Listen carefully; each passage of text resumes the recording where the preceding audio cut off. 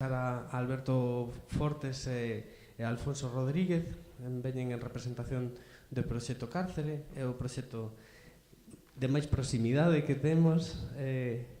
Nada, pois a verdade que nos gustaría moito que enfocásemos o voso caso, emplazando vos a que nos contedes un pouquiño como surxeu o voso proxecto ou como se conformou a través desas xornadas sobre novos modelos participativos de xestión cultural que se fixeron en 2010 durante o bipartito de PSOE e BNG, e que nos contedes un pouquiño como foi ese inicio para que cheguedes ao presente no que estades agora.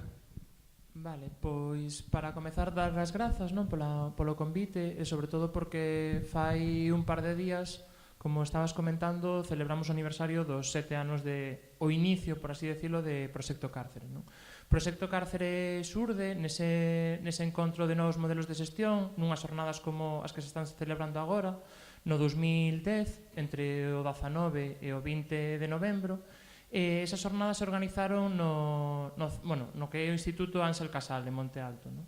Entón, a partir desas jornadas nas que había un público moi diverso, como hai agora tamén, se xenerou como un grupo de xente disposta ou con interese para nas proximidades estaba un cárcere que se acababa de deixar en desuso nos anos anteriores e era un edificio baleiro no que tiña moito potencial.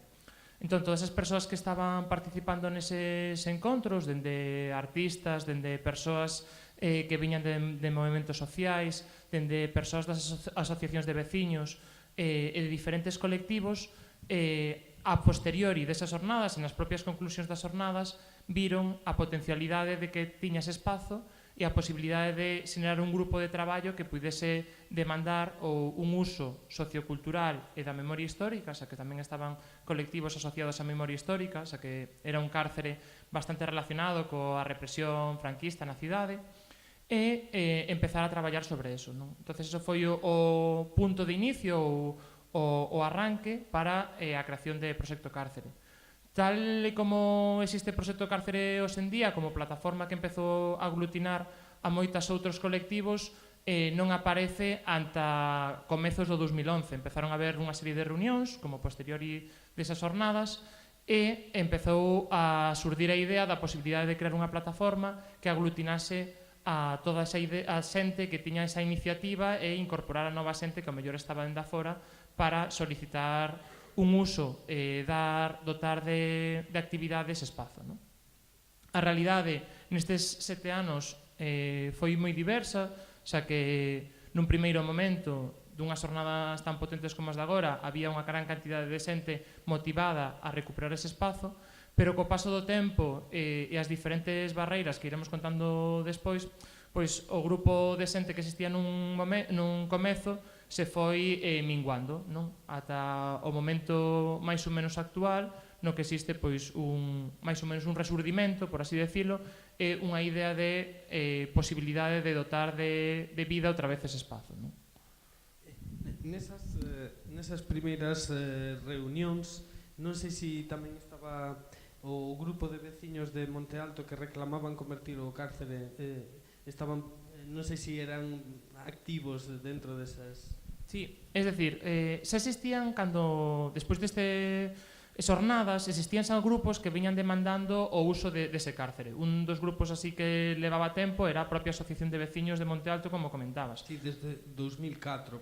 Por aí, sí, dende que se empezou a deixar de usar como cárcere, nun primeiro momento deixouse de usar de cárcere ordinaria, era só o módulo de terceiro grado, nas que as persoas únicamente iban pois a firmar ou a pasar a noite ali, e posteriormente pecháronse por completo as portas, debeu ser en torno ao ano 2008, 2009, e a partir de aí esa xente da Asociación de Veciños tamén participou nesas jornadas e houbo esa idea tamén participando dentro da plataforma.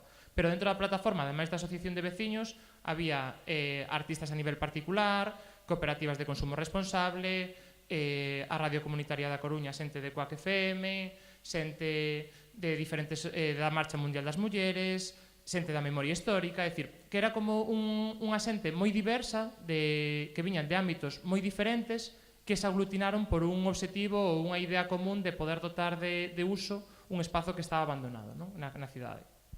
Ti, Alberto, estabas desde o principio nesas reunións? Non, incorporeime un ano, por así decirlo, máis tarde. Coñecía xente que sí que empezou a participar. Eu naquel momento estaba rematando arquitectura, coñecía xente que sí que estaba participando, pero por situación persoal seguía o procedimento, pero non estaba participando activamente. E ti, Alfonso? Moi boas a todos, boas tardes. Pois eu levo desde... vai facer un ano aproximadamente o proxecto Cárcere.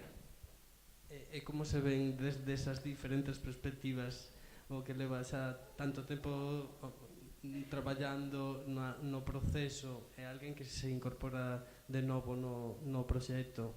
Bueno, pois desde o meu punto de vista evidentemente un aprendizaxe, non? Porque sobre todo pola novedade do proxecto cara a xestión, cada maneira de proceder, o sistema que abordaremos, intentar explicar de que se trata, non? E todo eso leva unha rampa de aprendizaxe no que eu particularmente pois aprendí moitísimo no proceso, non? Donde estades a facer todas esas reunións? Porque, claro, estamos a falar dun espazo que todavía non está... está axudicado, hai aproximadamente agora 2-3 meses. 2-3 meses que conseguichedes tras un concurso público presentando unha proposta, entón estades á espera de que se rematen esas labores. Contádesnos un poquinho como é o voso presente, como tamén foi un pouco o pasado desas reunións, como se conformaban os grupos de traballo. Vendo un pouco polo pasado, despois se queres, Alfonso, sigues ti polo presente. A nivel de pasado, sobre todo no primeiro momento que falaba antes, había como moita xente con iniciativa, con ideas, non? Entón organizaron unha serie de grupos de traballo, algúns máis potentes que outros, como foi o grupo de infraestructuras que conseguiu facer un levantamento de todo o cárcere, medindo, analizando os diferentes espazos, despois tamén grupos de comunicación, de proxectos, ideas, iniciativas que se levaban a cabo e demais. Esos grupos de traballo conseguiron facer no 2011 unha xornada de portas abertas no propio cárcere durante 3 días. Durante 3 días houve actividade de diferentes artistas que puideron abrir para a cidadanía da Coruña ese espazo que estaba completamente pechado. Eso foi en torno a xuño de 2011. Despois deso, co cambio de goberno na cidade, as portas do cárcere se pecharon e únicamente se abriron noutro momento puntual que foi nunhas jornadas organizadas polo Colexio de Arquitectos para celebrar o Día da Arquitectura, no que foi o alcalde, o Colexio de Arquitectos e nos que se fixo un roteiro. Pero a posteriori, tras unha serie de demandas que se facían de Proxecto Cárcere de non deixar abandonado o edificio e de que se caera, se organizou unha convocatoria de xornada de limpeza para poñer o foco no propio cárcere e a resposta por parte do Ministerio, que era o propietario do edificio, foi pechar as portas, tapiar todas as fiestras e portas que había e poñer seguridade 24 horas mentre os edificios se deterioraba, non? Entón, retomando un pouco a pregunta, que fai Proxecto Cárcere dende o 2012 ata a actualidade, se o acceso ao edificio non era posible, se non existía unha posibilidade máis ou menos próxima de facer actividades dentro e demais. Pois, en realidade, o Proxecto Cárcere empezou a facer outra serie de actividades bastante importantes para a xente que seguía dentro, pero que non eran no propio espacio. Unha delas, por exemplo, eran o programa que tiñamos quincenalmente en Coac FM, na que podíamos empezar a contactar con outros colectivos ou espazos que había no resto do Estado para aprender deles. Por outro lado, tamén se participaba na rede transibérica de espacios de cultura independente na que se compartían experiencias e se coñecían pois moitas destas cousas.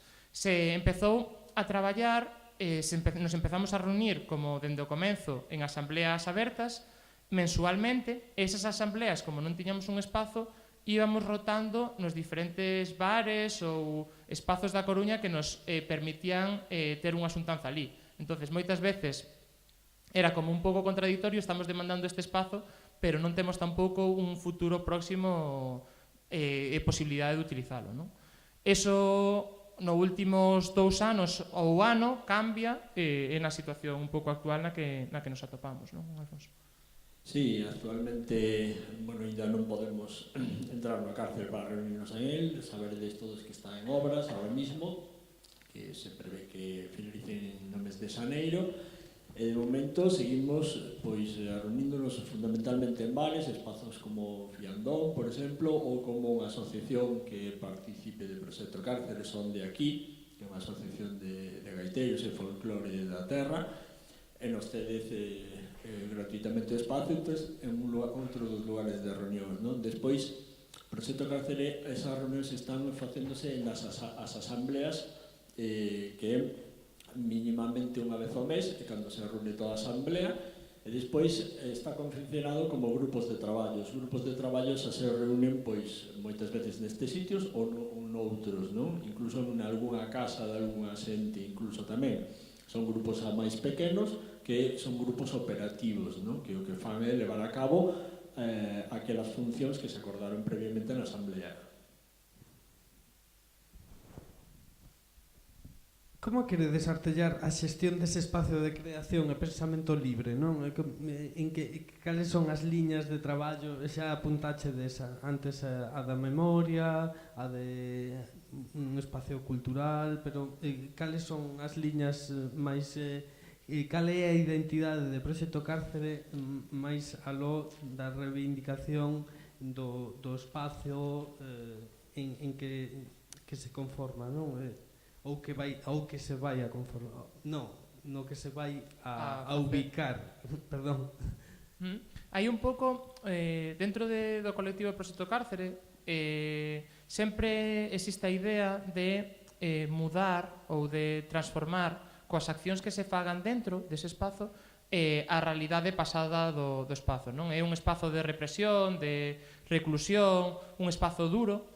Entonces, poder facer actividades no seu interior que transformen a vivencia ou os sentires das persoas incluso ou familiares que tiveron ali persoas recluídas é unha das cousas bastante importantes, non? Relacionado con eso, e sobre todo coas asociacións da memoria histórica que veñen asociadas a Proxecto Cárcere, temos unha pata fundamental xa que é un lugar asociado incluso en publicacións de novela a propia represión, non? Despois, non únicamente nos quedaríamos na parte da memoria, senón tamén se pretende que a propia cidadanía utilice ese espazo como un espazo no que, como comentaba Alfonso antes, a propia xente que participe dentro deste proceso poda ir aprendendo a colaborar conxuntamente e construir de maneira conxunta. Non é un proxecto individual ou concreto, senón o que se pretende crear espazos bastante versátiles e que se poidan utilizar por diferentes persoas ou diferentes colectivos en diferentes franxas do día ou da semana, non? Esos espazos que sexan o suficientemente versátiles.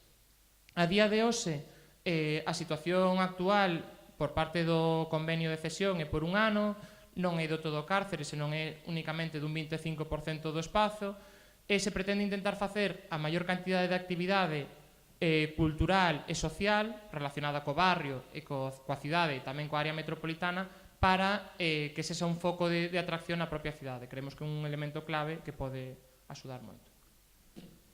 Sí, efectivamente, bueno, o que está dicindo Alberto, non? As liñas actualmente no presente, non? No que estamos traballando fundamentalmente estamos agora nun proceso de consensuar todo o que se levou ao concurso público que foi no mes de xuño, non? Pois todo ese proxecto de 177 páginas donde 2 tercios están dedicados á xestión de como se vai, de como nos vamos a entender entre nós, facendo un sistema completamente horizontal con esa organización que acabamos de grupos de traballo, inda que somos unha asociación como forma xurídica, somos unha asociación cultural, a realidade de como funcionamos a xestión é totalmente diferente, é unha novidade en ese sentido, non? Por lo tanto, require un esforzo de innovación, de mellora e de aprendizaxe tamén, non?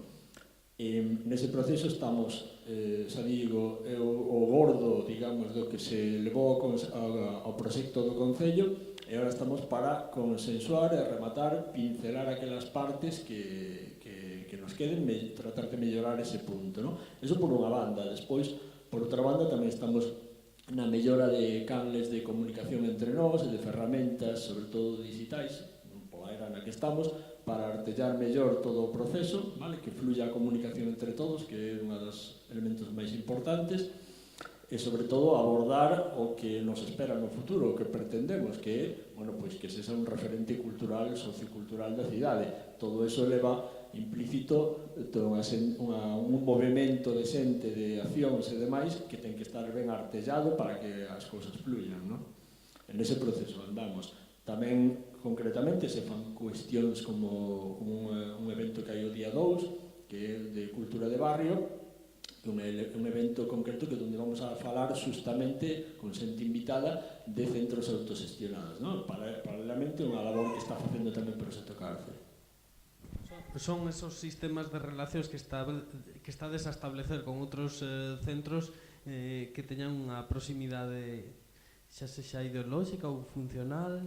Iso é, centros autoxestionados que non hai moitos en España, empeza a haber, estamos a invitar a Can Batlló de Barcelona, Tabacalera de Madrid, outro centro de Sevilla tamén.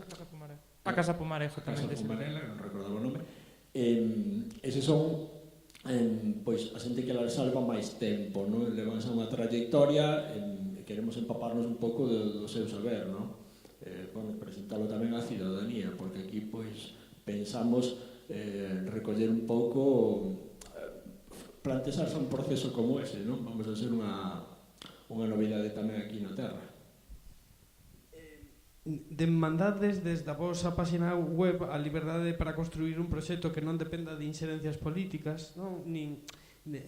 Como poden ser un cambio do goberno municipal e as súas propias liñas de actuación, non? É o risco e a incertidumbre algo co que se debe contar cando se pon un proxecto destas características en marcha?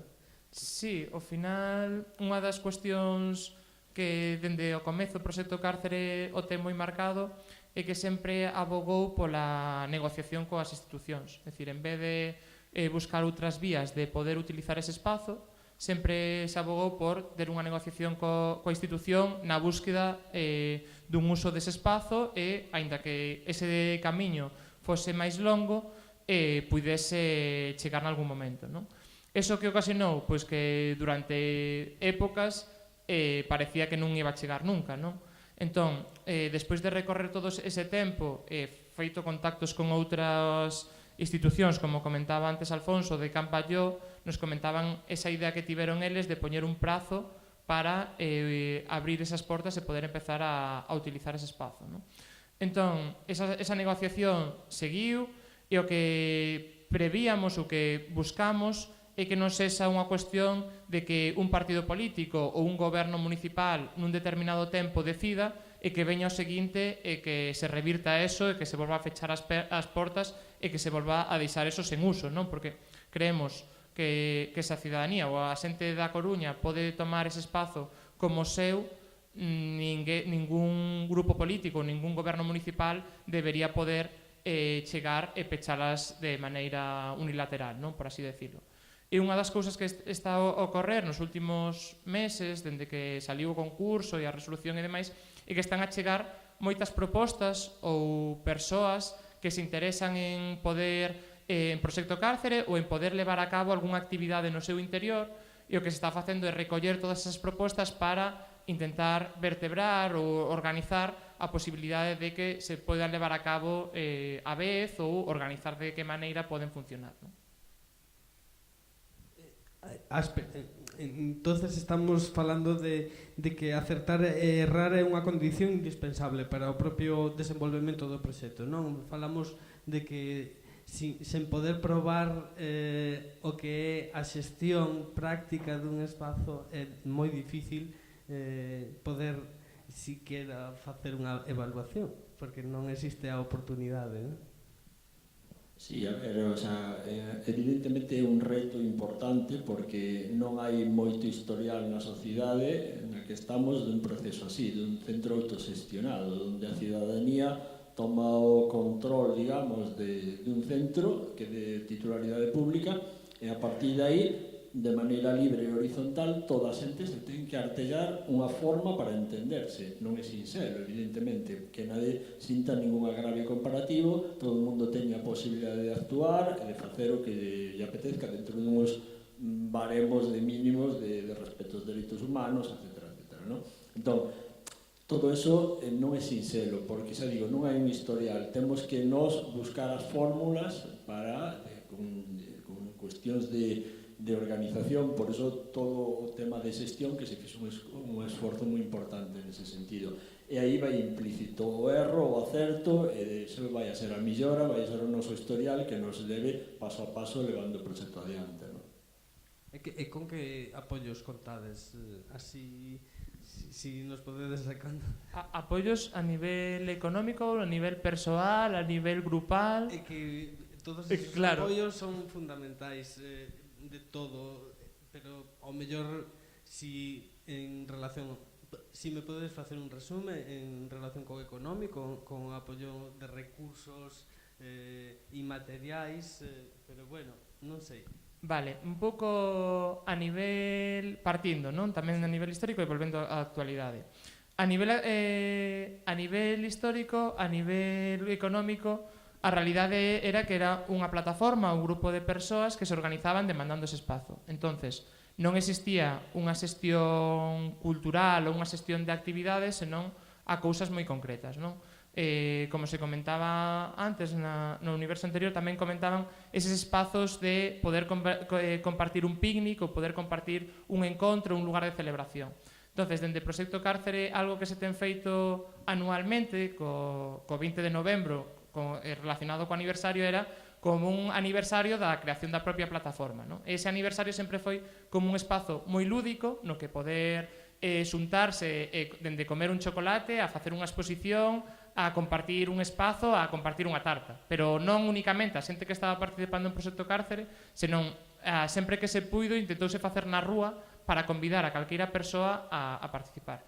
Quen sufragaba eso a nivel económico? Pois, en realidade, o que se fixeran foran unha serie de camisolas de Proxecto Cárcere, unha serie de merchandising, pero moi básico, para poder que eso funcionase, non?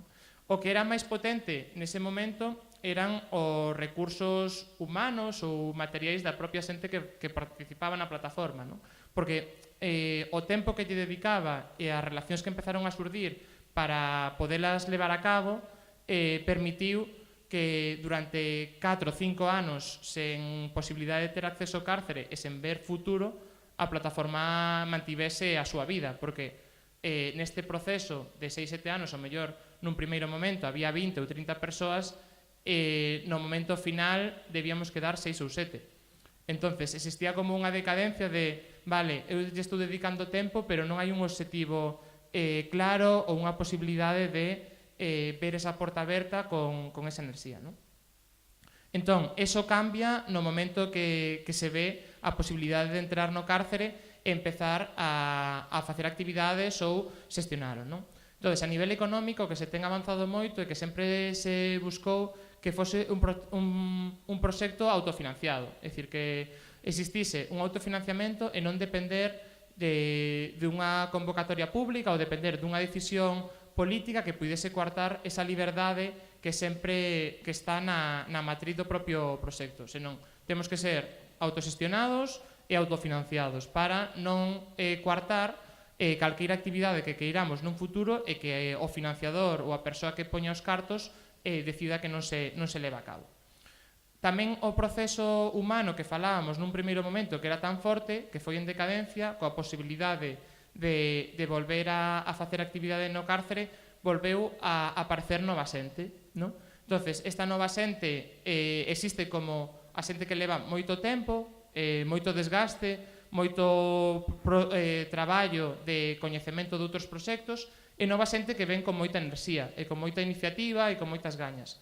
Entonces, no día de hoxe, e se están vertebrando ese grupo e poder funcionar de maneira conxunta e toda a xente que presenta a iniciativa tamén poder agrupalas, non?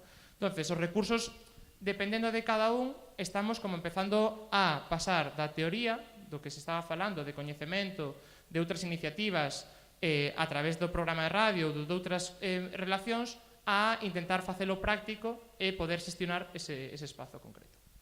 É que antes tivemos unha entrevista tamén moi interesante, como a que estamos a ter, con vos, co proxecto EVA, que supoño que o coñeceredes, seguramente veredes que hai certas afinidades a nivel incluso casi non histórico, pero sí que hai a loita por un edificio, a vinculación de todo un barrio a través de...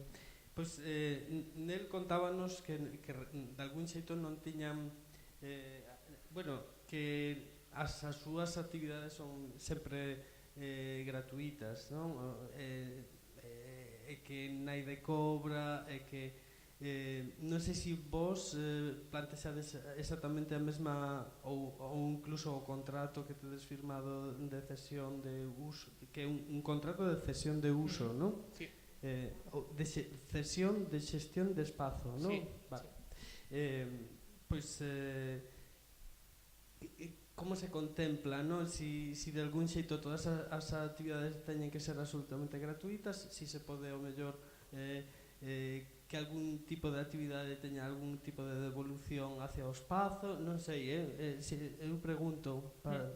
O que se ten falado é que o espazo en xeral, aínda que parte dos servizos, por así decirlo, de auga, electricidade, pode asumir dende o propio Concello, de que xa que o uso, bueno, as instalacións básicas, sí que existen pois outra serie de gastos que vai ter o propio espazo, non? Entón, en función das actividades que se realicen no espazo, haberá actividades nas que non se reciban cartos, como é a actividade, dende facer unha exposición ou unha biblioteca, un espacio de radio, o que sexa, e outras que sí que ao mellor poidan recibir cartos, pois dende unha obra de teatro a unha actividade dun obradoiro sobre algo específico, o que sexa. Pois o que se plantexa é que esas actividades que poidan recibir cartos, por un lado, poida revertir no propio espazo parte desos cartos, e por outro lado tamén se poida dar a persoa que fai esa función ou organiza ese obradoiro, non? Xa que esas persoas están xenerando un traballo para facer eso, e creemos que é importante tamén pagar o traballo que se realiza, non? Entón, se está un pouco traballando de que maneira poder xestionar eso, pero que para a ciudadanía que queira participar haberá actividades de uso aberto dese espazo, sen entrada, sen nada, e outras máis concretas que poden levar un custo.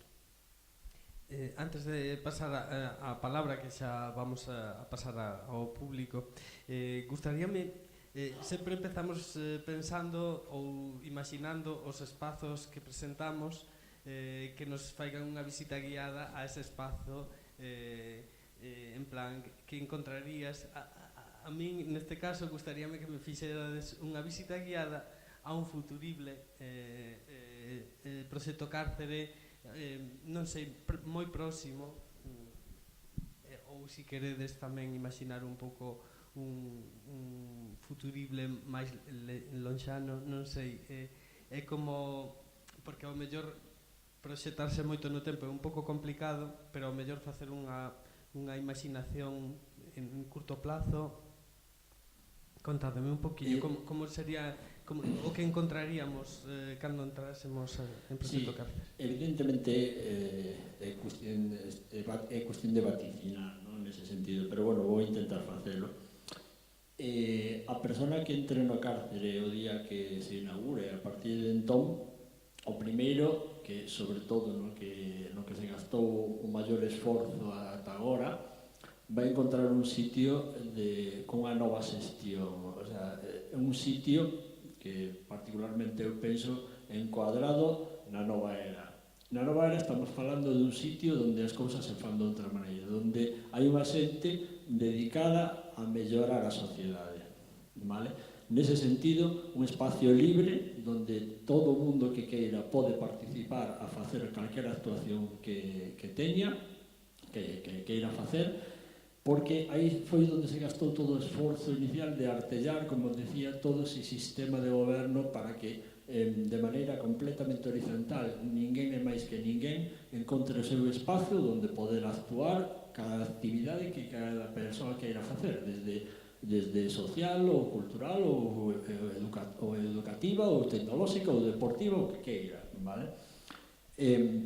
A partir de aí sí que hai toda unha serie de proxectos que xa están recollidos en Proxecto Cárceres, siguen chegando pois cada semana ou cada mes van chegando novas propostas, e aí pois, bueno, de diferentes cuestións, desde unha xente que arregla bicicletas, unha xente que baila Lindy Hop, que é un baile de swing, da antigua música dos anos 20-30, hai outra xente que é dedicada ao teatro, hai outra xente dedicada á música, unha biblioteca, xente que leva temas de ilustración, temas de permacultura, temas de asociación de axuda aos sordos para autoemprego, en fin, toda unha gran variedade e moito máis que virá, que iso está por ver, non? Pero aí está a nosa labor de facer o mellor posible, de ser un referente na cidade do bon facer, para que todo o mundo pois, teña o seu espacio, teña para vertebrar o que é o que cada un teña ben aportar á sociedade, non? Moi ben, pois pasamos o turno aos nosos invitados, bueno, inscritas. Algúna pregunta? Sí.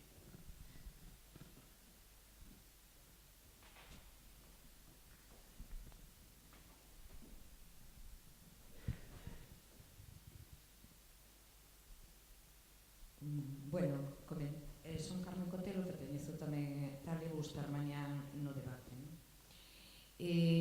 Visto así parece casi unha feira holística, non? Pois todo super bello, hermoso e tal, pero todo isto é vulnerable e moi frágil. E costou moito. Dicir, non foi fácil e non vai ser fácil. Temos a veces diferentes visións. Eu, por exemplo, eu veño máis da loita política, es decir, para min a arte e todo ten que estar ao servizo da búsqueda de dignidade e da búsqueda da xustiza. E entón hai outra xente que eu concordo un pouco o tema dos cuidados e dos afectos, a veces me repatea un pouco. É dicir, me repatea un pouco porque parece que é casi un chantaje, ¿no? Que non podes hablar claro. Entonces, o proxecto Cárcel costou moito hasta chegar aquí. Alberto decía que solamente nos fixemos un mogollón de actividades. Si vedes as nosas actividades dende fotografía de todos os espazos de todos os espazos que había na cidade que estaban baleiros e destrozándose, ata un J-LAR a nivel internacional donde a xente enviou sobre o tema da liberdade, enviou postais, moitas horas de reflexión e de debate, etc. Non foi fácil chegar hasta aquí e non vai ser fácil abrir un espazo deste tipo. Porque non todo é tan bonito, porque hai vulnerabilidade. Es decir, somos moi vulnerables e aquí ten moito que ver o compromiso persoal. Es decir, hai a implicación. Antes falaba desde os afectos e de tal. Eu, os afectos na implicación diaria.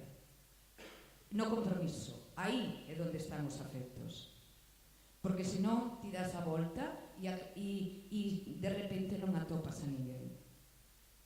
A implicación está en facer propostas, en leválas adiante e en implicarte ti nelas. Porque hai unha frase que nos gusta moito que é a casa con fume.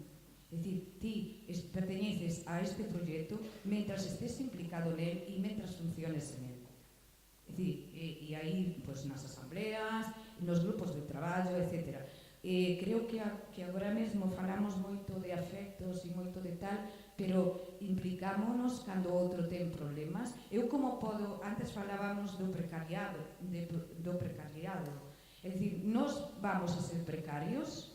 É dicir, eu teño menos dereito porque dedique a proxectos de activismo e a ámbito cultural, teño menos dereito que Alberto, que por exemplo é profesor, de vivir do meu salario.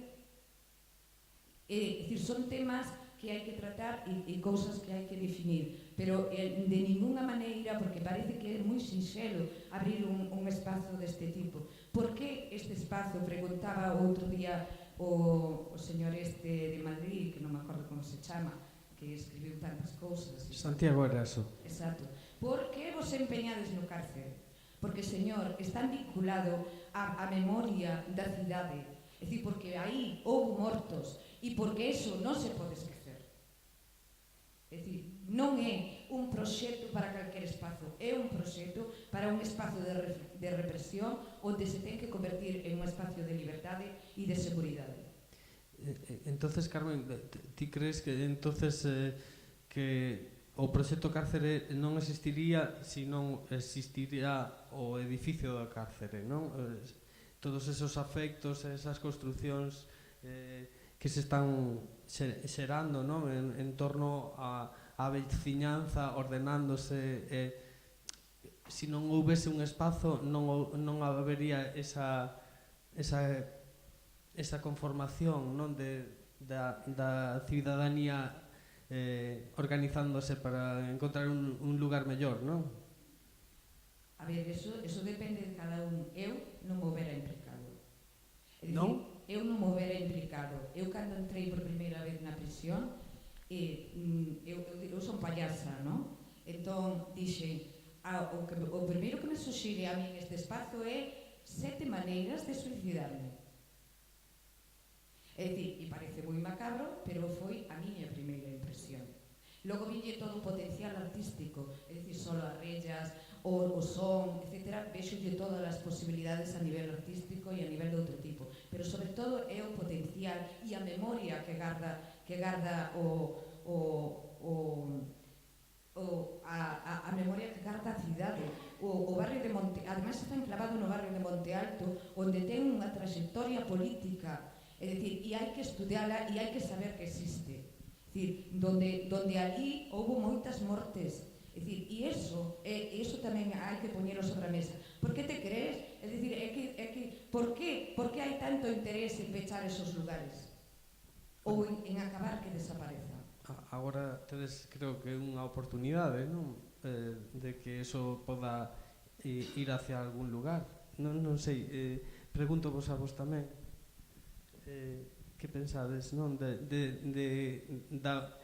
Credes que tedes unha oportunidade para a viabilidade dun proxecto ou vedelo tan... Perdona, ao mellor, Carmen, pero hai un pouco...